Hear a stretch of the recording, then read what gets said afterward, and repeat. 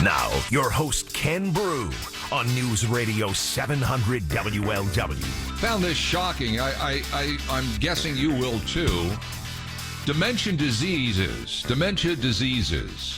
The sixth leading cause of American deaths during the COVID lockdown of 2020. Just think about that, just for a second. It goes back to my narrative that we're really not going to know the psychological fallout of what happened over the course of the last 18 months.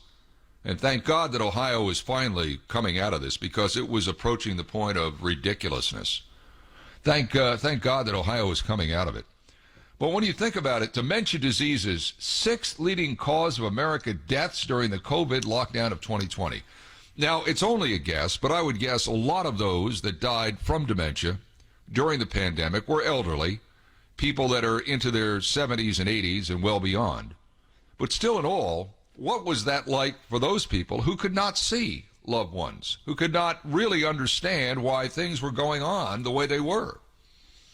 Brian Levy is with Cambridge Caregivers.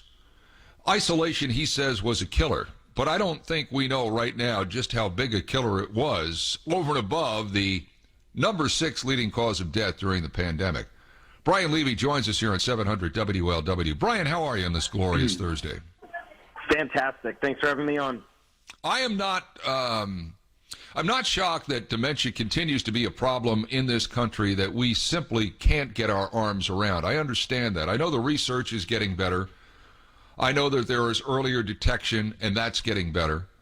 But the fact of the matter is, when I saw that was the number 6 leading cause of deaths in America during the COVID lockdown, I was shocked. Were you shocked?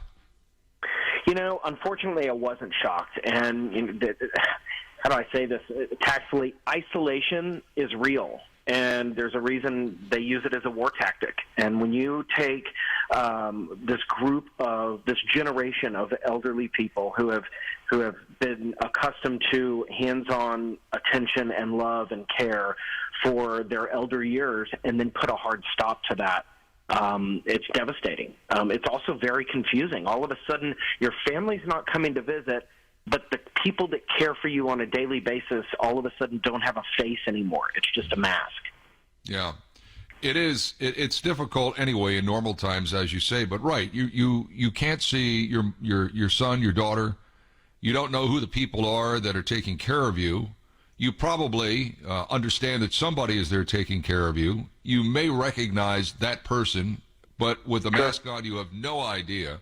And so it just compounds into what the problem was from the start. Well, we're in a lot of this, not in all states, but here in Ohio and several other states, most states now, this is pretty much in our rearview mirror, and things are lightening up somewhat.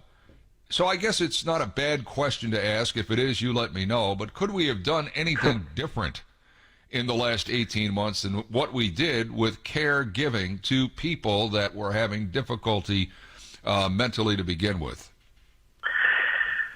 That's a complex question. I don't know that I'm qualified to answer it. I'll give it the best answer I can. I think the fallout, we won't know the fallout for a very long time. I mean, this pandemic is going to be studied on many levels, and isolation is one of them. What could we have done differently? Probably let people do what they do best. And, in our care homes at Manchester Care Homes in Dallas, Texas, we have been COVID-free the entire time. Mm-hmm. And kudos to our director of nursing, who locked up our homes and really educated our staff on the meaning and the usage of PPE, and not just hand sanitizer, but thoroughly washing hands. And I think education was a big part of what we did, and a big part of what was missing in the world. You know, everybody jumped in, head first, with a lot of unknown. But education was just vital. Oh, it's huge, and I think it's fair to say that I'm glad that we're understanding more and more about dementia, Alzheimer's, whatever it may be. I'm glad we're understanding more about this. But this country and medicine has been slow to the take on all of this, has it not? Absolutely, it has, and we were caught off guard. Clearly caught off guard.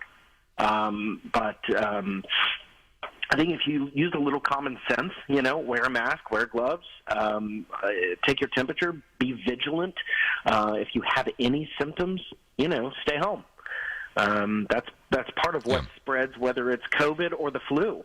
I mean, we've had scenarios where people with tail-end symptoms of the flu get anxious to see their loved ones and then will walk into an assisted living facility and spread that flu around. Yeah, no, that's unknowingly. True. Yeah. I mean, a lot of it's common sense, and a lot of common sense has gone out the window in the course of humanity. I mean, the things we ought to be thinking about. Yeah, the things we ought to be thinking about, we're not thinking about.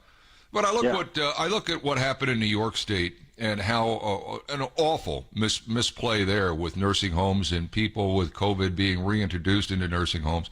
I look at that, and it's absolutely revolting. I hope there is some legal action against the governor or whoever else is in charge of we're in charge of those decisions there. But Sure. I also believe that there were a lot of good places, like your place, like here in Ohio, where residents were taken care of. But the fact of the matter is, this isolation is a problem. I think it's a problem for people in general. I think for society in general, I think it's a problem. And I think if we studied it deeper, we might find that some of the violent behavior that's occurring in our country, it largely leads back to isolation, people that do not interact well with other people or can't interact with other people.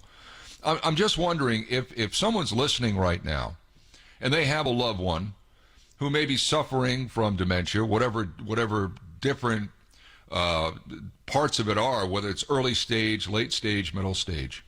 What suggestion would you have for them on a daily basis? Because sometimes it can get difficult for caregivers at home, and certainly now if they've been moved into a facility, it's even more challenging.